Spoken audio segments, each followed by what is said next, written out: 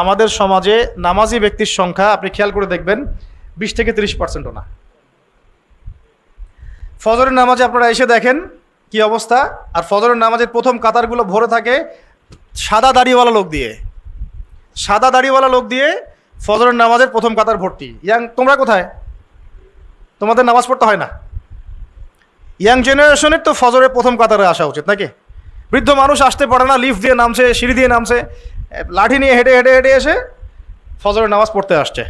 কারণ জীবনের একটা পর্যায়ে তার মনে হয়েছে যে জীবন শেষ, জীবনটা তো শেষ হয়ে গেল, জীবনটা তো শেষ, 60 বছর চলে গেল।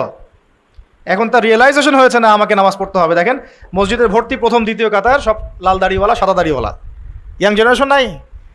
আর যারা মাশাআল্লাহ আসছেন আলহামদুলিল্লাহ, কিন্তু পরিসংখ্যান কত? একটা এলাকায় একটা গ্রামে কত % মানুষ নামাজ পড়ে?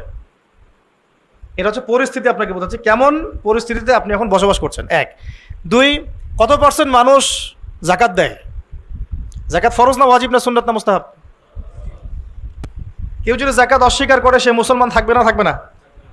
বহু শিল্পপতি কোটিপতি বাংলার মাটিতে আছে, লক্ষ কোটি কোটি টাকা, মানে কোটি কোটি টাকার বিজনেস, মিলস, ইন্ডাস্ট্রিজ, ফ্যাক্টরিজ, যাকাত দেয় না। সুবহানাল্লাহ। মাঝে মাঝে দান সৎকা করে, মসজিদে অনুদান দিচ্ছে, মাদ্রাসার অনুদান দিচ্ছে, ওয়াজ মাহফিলে অনুদান দিচ্ছে, যাকাত দেয় না। অনুদান আপনার